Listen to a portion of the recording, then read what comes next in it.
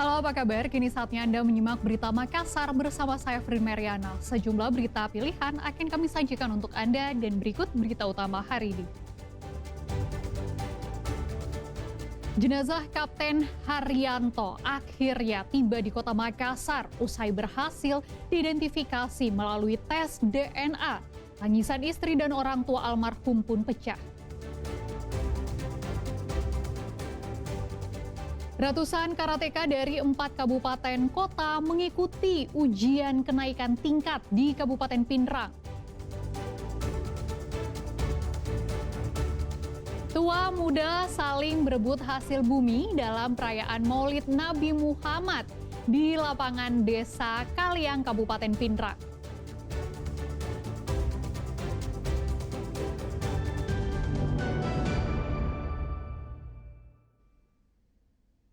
Suasana haru menyelimuti rumah duka pilot helikopter yang jatuh di Kalimantan Selatan di kota Makassar.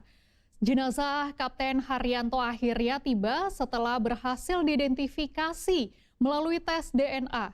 Kedatangan jenazah pun langsung disambut haru keluarga yang tak kuasa menahan kesedihan.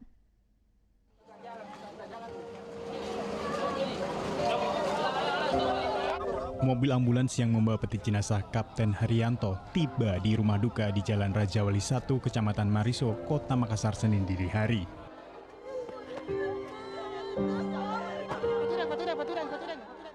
Jenazah yang terbungkus peti disambut penuh duka. Tangisan istri dan orang tua almarhum pun pecah. Bahkan istri almarhum sempat jatuh pingsan saat peti jenazah dimasukkan ke dalam rumah untuk disemayamkan. Almarhum Kapten Haryanto merupakan anak kedua dari 7 bersaudara. Haryanto menjadi korban terakhir yang teridentifikasi melalui uji DNA karena kondisinya sulit dikenali dibanding 6 jenazah lainnya. Dari total 8 korban, seluruhnya berhasil dievakuasi tim SAR setelah helikopter ditemukan di kawasan hutan Desa Emil Baru, Kabupaten Tanah Bumbu, Kalimantan Selatan. Ya betul, karena mungkin sudah diberitakan di media bahwa 6 jenazah sudah teridentifikasi sebelumnya, dan kebetulan almarhum 2 jenazah yang belum teridentifikasi, dan alhamdulillah proses identifikasi itu bisa berjalan dengan baik. Terakhir itu sekitar akhir bulan itu, 2 hari sebelum kejadian. Ya, karena dia baru berangkat tugas kembali untuk duty lagi. Anak kedua dari anak kedua. Dari 7 bersaudara. Kalau ya. Anaknya almarhum? Anaknya almarhum ada 2. Beliau meninggalkan anak 2 orang. Jenazah almarhum Kapten Haryanto dimakamkan Senin siang di Kabupaten Goa.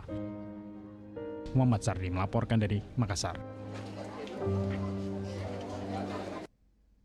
Seorang pria yang menyamar memakai pakaian perempuan ditangkap warga usai diduga mencekik dan berusaha menguasai mobil pegawai otoritas bandara. Percobaan perampasan mobil terjadi di area masuk Bandara Sultan Hasanuddin Maros. Orang stres sih ini kayaknya. Inilah detik-detik video amatir yang memperlihatkan seorang pria tanpa identitas dikejar dan ditangkap petugas dan warga di gerbang masuk Bandara Sultan Hasanuddin Maros Selasa lalu.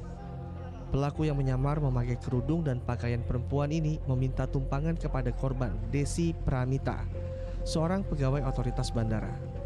Namun setelah diberi tumpangan, gelagat pelaku terlihat mencurigakan. Saat hendak mengambil ponsel, ia tiba-tiba mencekik leher korban ketika mobil berada di gerbang tol masuk bandara. Korban yang panik berhasil keluar dari mobil dan meminta pertolongan warga. Pelaku lantas menguasai kemudi dan melarikan mobil Pajero Sport putih milik korban ke arah kawasan bandara.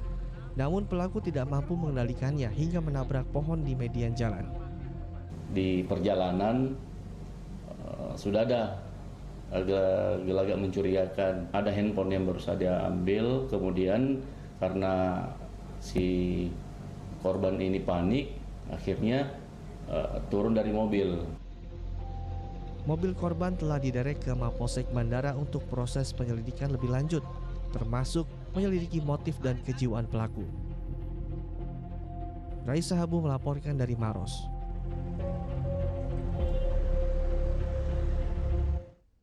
Dua remaja di Parepare keroyok temannya sendiri hingga kepalanya terluka. Motif pengeroyokan itu diduga karena korban menghina orang tua salah satu pelaku. Saat menginjakkan kaki di Polres Parepare, kedua remaja ini, SR dan MH, diam tanpa kata. Mereka hanya tertunduk lesu digiring ke ruang penyidik. Kedua remaja ini ditangkap polisi karena mengeroyok Darwin Darwis hingga kepalanya terluka. Peran SR memukul kepala korban dengan blok mesin motor, sedangkan MH mendorong dan memukul korban dengan tangan kosong. Saat diinterogasi polisi, keduanya mengaku mengeroyok korban karena korban mengeluarkan kata-kata tidak pantas atau menghina orang tua salah satu pelaku. Tersinggung dengan hinaan itu, kedua pelaku mendatangi korban dan mengeroyoknya. Akibat pengeroyokan, kini ada 7 jahitan di kepala korban.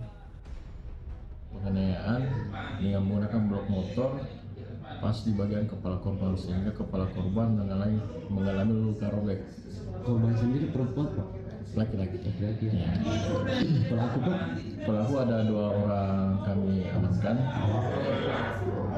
Ada 2 yang tidak ada korbannya sendiri. Kondisi korban Pak? Kondisi korban adalah mengalami luka robek dan jahitan 7 jahitan di kepalanya. Polisi mengamankan barang bukti blok mesin motor. Kedua pelaku dijerat pasal 170 ayat 1 KUHP dengan ancaman 7 tahun kurungan penjara. Suardi Gatang melaporkan dari Kota Parepare.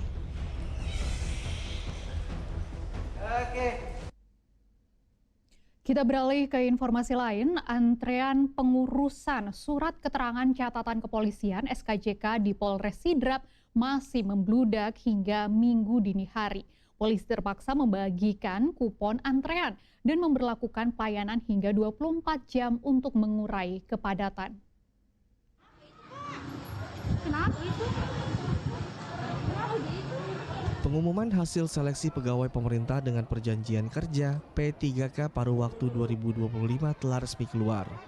Inilah yang membuat para P3K berduyun-duyun membuat surat keterangan catatan kepolisian atau SKCK.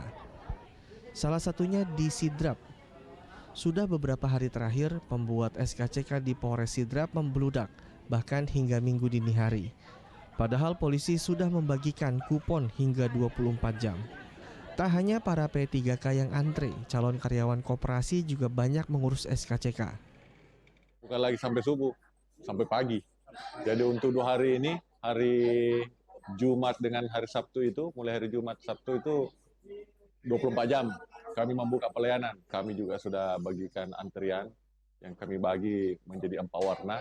Ada yang untuk hari pertama itu warna merah, warna putih untuk hari ini, besok kuning, dan lusa itu warna hijau untuk hari Senin. Jaringan internet yang kerap bermasalah dinilai memicu terjadinya antrean panjang pengurusan SKCK. Kendalanya pengambil SKCK ini sehingga membeludak ini karena kemarin kita dibagi antrian warna putih itu berlaku ini hari, merah kemarin. Sehingga merah kemarin belum selesai, sehingga hari ini warna merah diselesaikan dulu, baru lanjut warna putih, antrian warna putih. Hingga saat ini Polres Sidrap mengklaim telah menerbitkan sekitar 1.000 SKCK untuk pegawai P3K paruh waktu. Sedang jumlah pegawai P3K mencapai 2.500 orang. Suardi Gatang melaporkan dari Sidrap.